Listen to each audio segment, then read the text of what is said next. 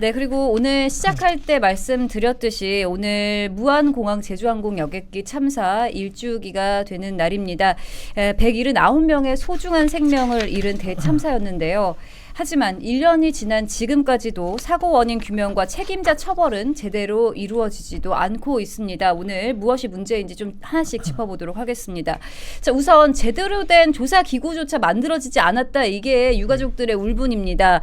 유족들은 국토부 산하 사고조사위원회를 믿을 수 없다라면서 절규하고 있는 건데요. 지금 국토부 산하 사고조사위 이거는 사실상 조사 주체와 감독기관이 한 몸인 것이고 결국 조사의 객관성이 떨어질 수밖에 없다. 이렇게 볼 수밖에 없는 거 아니겠습니까? 네, 맞습니다. 국토부 산하 사고조사위원회가 철도항공 사고조사위원회로 이 무한항공 때문에 특별히 꾸려진 게 아니라요. 전국적으로 있는 철도나 항공 사고에 대해서 조사하는 그러한 일반적인 위원회입니다. 근데 유족들이 주장하는 거는 1년에 있었던 뭐 세월호 사태나 혹은 아니면 뭐 이태원 사태나 등등의 이러한 사태를 봤을 때 이 좌파 진보 정당이나 그러한 좌파 진보 정권에서는 특별위원회를 국무총리 산하로 별도로 꾸리던가 혹은 아니면 국회에서 국정조사를 하던가 하는데 유독 이 무안공항 참사에 대해서만 아무런 얘기를 하지 않고 나는 모릅니다라고 손을 떼고 있는 게 그러면서 그냥 일반 국토교통부 아래에 있는 그냥 일반 조사에 넘겼는데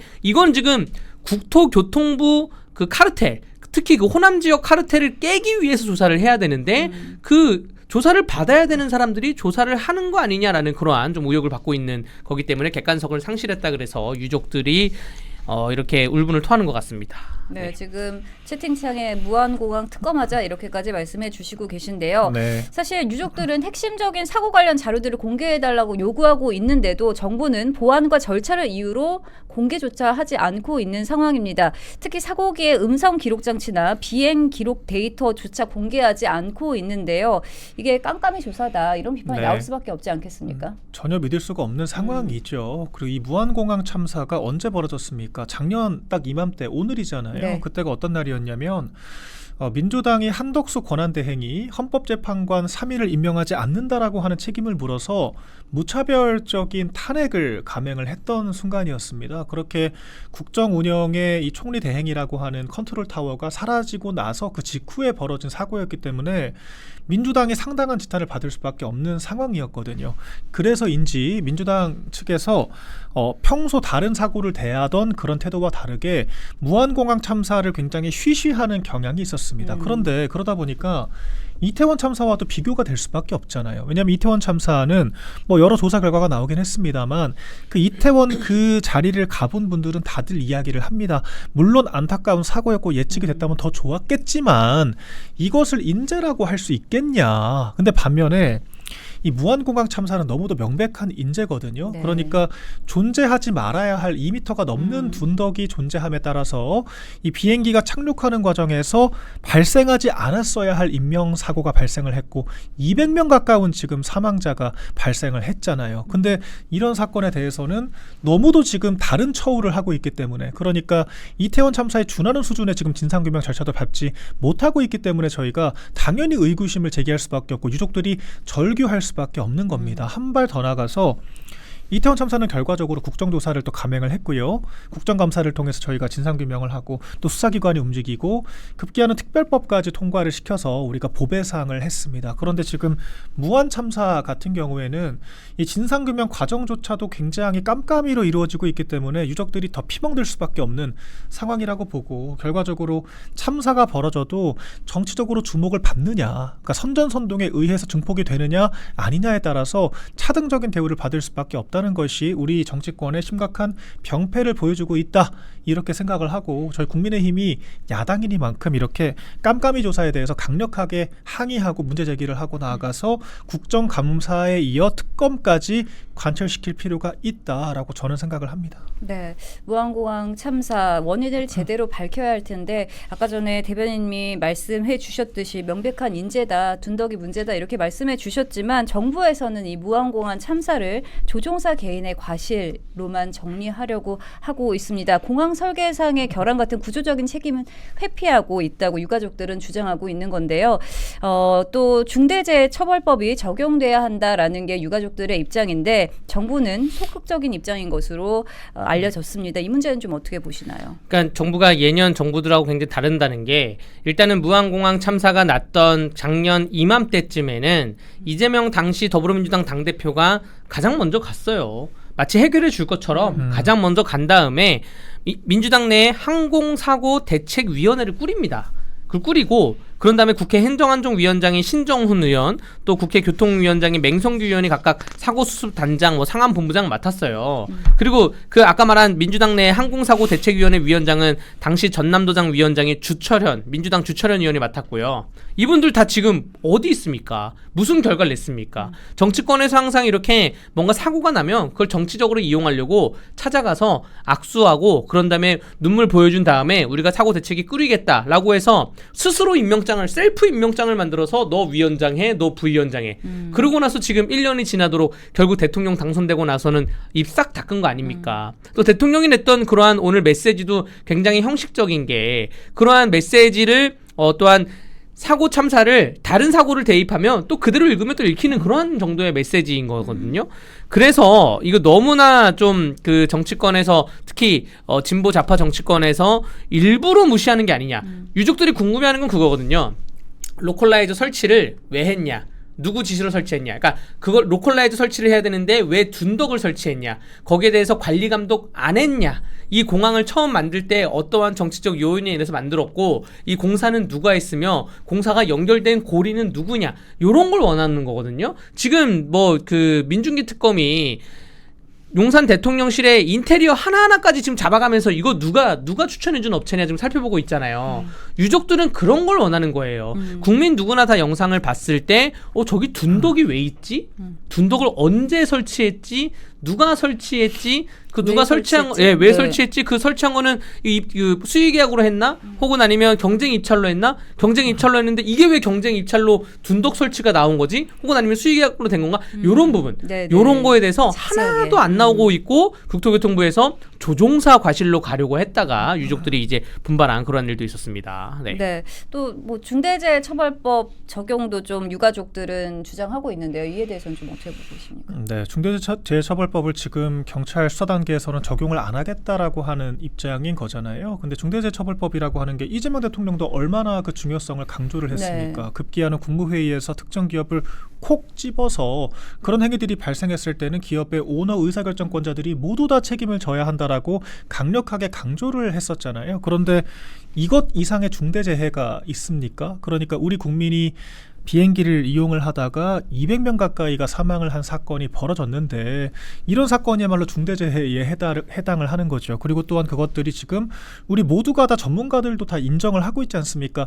둔덕이 없어야 할 자리에 존재를 한 것이 참사를 키웠다라고 이야기를 하고 있잖아요. 그렇다면은 그 둔덕이 만들어진 과정들을 추적을 하다 보면요, 당연히 책임질 만한 사람들이 지목이 될 수밖에 없는 거거든요. 그리고 중대재해처벌법 자체가 한 발 더 나가서 그런 의사결정의 최종 책임권자까지 직접적인 관리 책임이 없다라고 하더라도 책임을 묻겠다라고 하는 취지 아니겠습니까? 그렇기 때문에 이 법이라는 게 굉장히 포괄적으로 적용이 되는 건데 이 사안에 대해서만 유독 엄밀하고 엄격한 잣대를 들이밀고 있기 때문에 당연히 공정성 논란이 있을 수밖에 없는 거죠. 그리고 이 중대재해처벌법 만든 이유 자체가 무엇이겠습니까? 포괄적인 처벌을 하는 부작용을 감내하더라도 이런 사건을 사전에 미연에 방지를 하고 재발하지 않도록 하기 위해서 노력을 하겠다라고 하는 이 제도권의 의지를 보여준 거 아니겠습니까? 그런데 이 정도 참사가 벌어졌는데 정작 이런 참사에는 그 법이 적용될 수 없다라고 하는 것 자체가 결과적으로 민주당이 특정 기업들을 잡돌이하기 위한 목적으로 법을 만든 것이지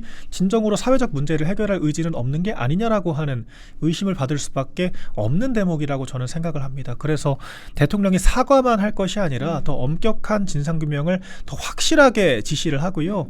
그러니까 백혜룡 같은 사람들한테 힘 실어줄 게 아니라 이런 사건에 대해서 명명백백한 진상규명을 지시를 맞습니다. 해야 되는 겁니다. 네. 그래서 그런 전향적인 태도 변화를 좀 기대를 해보고 싶습니다. 네, 사실 이제 무안공항 이제 참사 일주기를 맞아서 국회 차원의 국정조사나 청문회를 검토해야 한다 이런 목소리도 나오고 있거든요. 네, 그 국정조사 청문회를 검토를 해야죠. 지금 정치권이 굉장히 많은 현안이 쌓여 있고 하는데 그래도 우리나라의 사람의 생명에 사고 참사가 발생한 거에 대해서는 조금 더 관심을 가져줘야 된다고 보여지고요.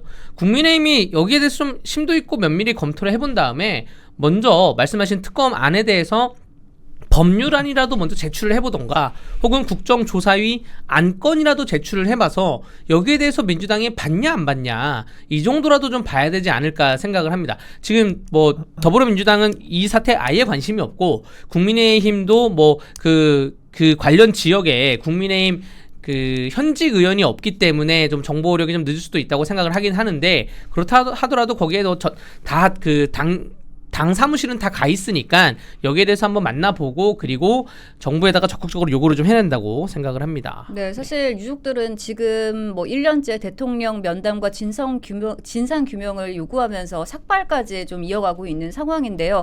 그런데 이런 상황에서 정작 다른 논의가 좀 이루어지고 있습니다. 바로 무안공항의 명칭을 김대중 공항으로 변경하자라던가 군 민간 공항으로 통합 이전 합의를 추진한다 이렇게 나서고 있는데요. 이게 과연 국가의 도리에 맞냐 이런 의문이 제기될 수밖에 없거든요. 너무 폐륜적이라고 하는 생각밖에 들지 않아요. 지금도 그 유가족들이 대통령 면담 한번 해보겠다고 삭발까지 하면서 좀 강력하게 문제 제기를 하고 있는 안타까운 상황이지 않습니까? 네. 그러니까 문제가 해결되지도 않았고요. 오히려 그 문제가 지금 감춰지고 있고 대통령이 충분히 관심을 갖지 않는다라고 하는 비판을 받고 있습니다. 그런데 그런 상황에서 엄격한 수사를 지시하는 것이 아니라 오히려 좀 정치적으로 이념적인 그런 상징성을 만들기 위한 이런 정치적인 작업에 착수를 했다. 네. 어떻게 제가 이걸 이해를 해야 될지 모르겠어요. 이걸 역지사지로 이야기를 해보자면 이태원 참사가 있었지 않습니까? 근데 이태원 참사 진상규명은 철저히 뭉개면서 앞으로 이태원 거리를 윤석열 거리라고 부르겠습니다라고 저희 국민의힘이 이야기하는 것과 뭐가 다른지 모르겠어요. 만약에 저희가 그런 주장을 했다면 민주당 어떤 반응을 보였겠습니까? 격앙을 하면서 난리를 쳤겠죠. 근데 지금 상황과 지금 사건과 책임져야 될 정당이 바뀌었다라고 하는 이유만으로 어떻게 이렇게 폐륜적인 의사결정을 할 수 있을까? 저는 굉장한 의구심과 실망감이 지금 들고 있는 상황이고요. 이런 지점들에 대해서 이 유가족들의 목소리를 조금 더 경청하는 태도가 필요하다. 이런 부분들을 분명히 견지해야 할 것 같습니다. 네, 폐륜적이다 이렇게 말씀해 주셨는데 정부와 지자체에서는 이미지 쇄신을 명분으로 내세우고 있는 상황입니다. 자, 그런데 단순히 공항 명칭을 변경한다고 해서 안전 문제가 해결된다 이렇게 볼 수는 없지 않겠습니까? 이거는 어떻게 문제 보십니까? 해결도 안 될 뿐더러요. 네. 이태원 참사 당시에는 민주당이 엄청난 이 선전선동을 했기 때문에 정작 그 인근 거리 상권이 모두 다 1년 가까이 아예 다 죽어버리는 상태까지 벌어졌거든요. 그러니까 그 사고 한 번으로 인해서 상권 자체가 모두 다 말살이 됐을 정도로 심각한 타격을 입었습니다. 그 과정에서 정치인들은 그런 불안감을 해소하고 지역 상권 활성화와 이 소상공인들의 생계를 위해서 노력하는 것이 아니라요. 오히려 그런 위험성에 대해서 더더욱 강조를 하고 마치 문제가 있는 지역인 것처럼 프레임을 했거든요. 그런데 사실 원칙적으로는 저는 당연히 이 사건 한 번 때문에 이 지역 자체가 이렇게 피해를 입는 것은 맞지 않다라고 보기 때문에 원론적으로는 맞다고 생각을 합니다. 그런데 앞뒤가 맞아야 되지 않겠습니까? 과거 자신들이 했던 행위에 일관성이 있어야죠. 그러니까 사고가 난 지역이 다르다라고 하는 이유만으로 본인들이 이태원 때는 그렇게 선동을 했으면서 이번 건에 대해서는 지역의 이미지 쇄신이 필요하기 때문에 진상규명보다 이런 이름을 바꾸는 것이 먼저다라고 하면 과연 이게 설득력이 있겠는가? 이것도 굉장히 참담한 광경이라는 생각이 듭니다. 네, 1년이 지났지만 유가족들의 아픔은 조금도 아물지 못하고 있습니다. 다시 한번 희생자분들의 명복을 빌면서 유가족 여러분께도 깊은 애도와 위로의 말씀 전합니다. 자, 이제 마지막 이슈 빠르게 좀 짚어보도록 하겠습니다. 조국혁신당 대표가 쿠팡 탈퇴죠. 이른바 이 탈팡 인증을 하면서 쿠팡의 비도덕성을 강하게 비판을 했는데요. 그런데 정작 이 딸 조민 씨는 쿠팡을 통해 수익을 창출하고 있는 것으로 확인이 됐습니다. 이를 두고 아버지는 불매, 딸은 판매 아니냐 이렇게 비판까지 나오고 있는 상황인데 이건 좀 어떻게 보셨나요? 우리가 조적조라고 하는 말을 많이 썼잖아요. 조국의 적은 조국이다라고 했는데 이제는 조금은 다른 의미로도 해석이 되는 것 같아요. 조국의 적은 조민이다. 그러니까 지금은 부녀 간에 완벽하게 다른 내로남불 행태를 보여주고 있기 때문에 참 이게 웃지 못할 천국이 펼쳐지고 있다. 이렇게 생각이 들어요. 그리고 이 조민 씨가 판매하는 이 화장품도 지금 수사 대상에 올라 있거든요. 그러니까 그 영업하는 방식 자체가 좀 불법적인 소지가 있었다. 그러니까 이런 그 화장품 회사를 차리기 위해서는 이 관련 전문가가 분명히 포함되어 있어야 되는데 그런 관련 규정을 어겼다라고 하는 지금 혐의를 받고 있습니다. 그렇기 때문에 이건 더더욱이 지금 논란이 되는 사건인데 더군다나 그런 상품을 쿠팡에 팔고 있었다. 그런데 정작 아버지인 조국 혁신당 대표 조국 씨는 탈팡 운동을 하고 있었다라고 하는 게 참 국민들께서 웃지 못할 총극이다. 그러니까 씁쓸한 감정을 느끼실 것 같아요. 참 조국이 조국했다라고 얘기는 하지만 이렇게까지 내로남불일 수가 있느냐라고 하는 실망감을 많이 느끼실 것 같습니다. 네, 내로남불이다 이렇게 말씀해 주셨는데 조 대표는 쿠팡에 대해서 엄중한 책임을 요구하면서 영어로까지 메시지를 남겼습니다. 대한민국 정당의 대표로 말한다 라면서 검은 머리 외국인 봄킴 정신 차려라. I'm warning you. 당신에게 경고한다. 뭐 이런 표현까지 좀 썼거든요. 이 모습 좀 어떻게 보십니까? 그런 플랫폼을 활용해서 좀 이렇게 불법적인 혐의를 받고 있는 이 제품을 판매하고 있는 딸에게 먼저 경고를 해야 되지 않을까 생각이 되거든요. 그러니까요. 뭐 우리 한지원 당원이 당원 게시판에 이야기를 했던 것처럼 수신제가 시치국 평천하라고 하지 않습니까? 결과적으로 이렇게 가족 간에도 이렇게 합치가 이루어지지 않고 있는데 아무리 쿠팡을 향해서 뭐 검은머리 외국인이다 뭐다 이런 정치적인 그런 슬로건을 구사를 해봤자 뭐 어떤 감동이 있겠습니까? 그리고 쿠팡에 대한 이런 공세도 굉장히 정치적이라고 하는 생각이 들어요. 결과적으로 쿠팡이란 기업의 잘잘못에 대해서 지금 명명백백하게 진상규명이 이루어진 상태는 아니거든요. 그리고 중국인 직원이 개인정보를 유출을 시켰다라고 하는 것이기 때문에 쿠팡이 관리부실 책임도 있지만 한편으로는 피해자적인 지위도 있는 겁니다. 그런데 이런 문제를 해결할 생각을 하는 것이 아니라 특정 기업을 악마화를 하고 그로부터 정치적인 이득을 취하려고 한다라고밖에 지금 보이지가 않기 때문에 저는 비판의 대상이 된다라고 생각을 하고요. 우리 당도 마찬가지입니다. 이 영업정지와 같은 이야기까지 지금 나오고 있는데 그 지금 이득을 누가 볼 것이냐. 결과적으로 해외 공룡 플랫폼들 알리테모만 이득을 보게 되는 상황인 거거든요. 네. 그렇기 때문에 이 문제 해결 측면에서는 굉장히 책임감 있는 자세가 필요하다라고 저는 생각을 하고 애초에 개인정보가 유출됐다라고 해서 우리가 행정처분이라고 하는 것은 엄격한 법 규정과 절차가 있잖아요. 근데 개인정보 유출을 했다라고 해서 행정처분 조치를 내릴 수 있는 지금 법적인 근거는 존재하지가 않습니다. 그리고 그런 식이라고 하면은 SK를 비롯한 이통 3사들도 다 제재를 받아야 하는데 이게 형량 형평성에 어긋나는 거냐라고 하는 또 문제인식이 있을 수가 있는 거거든요. 그렇기 때문에 정치인들이 법제에도 존재하지 않는 그런 슬로건을 가지고 경거망동하는 것은 굉장히 무책임하다라고 저는 생각을 하고 좀 문제 해결적인 관념을 좀 가졌으면 좋겠다 이렇게 말씀을 드립니다. 네, 마지막으로 이 질문 드리겠습니다. 조 대표의 이 탈팡 발언이 진심이라면 가족 또한 쿠팡에서 철수하는 것이 지지자들에 대한 예의이자 정치적 일관성을 지키는 길이다 이런 지적들이 나오고 있거든요. 네. 마지막으로 뭐 조국 대표 굉장히 궁색하죠. 그러니까 뭐 이제 그 지지자들은 연좌제냐 이런 얘기를 하지만 아니 그런데 막상 본인 가족들도 탈팡을 하기는커녕 판매를 하는데 국민들한테만 나 탈팡했으니까 따라와 주세요라고 하면은 과연 누가 그 설득력을 믿겠냐라고 하는 거죠. 우리가 이 내로남불을 지적을 하는 게요. 너부터 잘하라고 하는 메신저 공격이 아니라 자기 자신도 솔선수범 못하면서 남들을 설득하고 대중을 끌어들인다라고 하는 것이 굉장히 공허한 이야기이기 때문입니다. 그렇기 때문에 수신제가 치국 평천하라고 하는 그런 이야기를 조금 더 각별히 유념했으면 좋겠고요.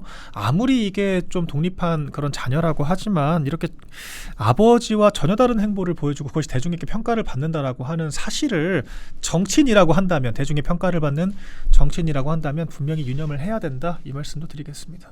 네, 이렇게 조국 대표의 탈팡 이슈까지 좀 짚어봤습니다.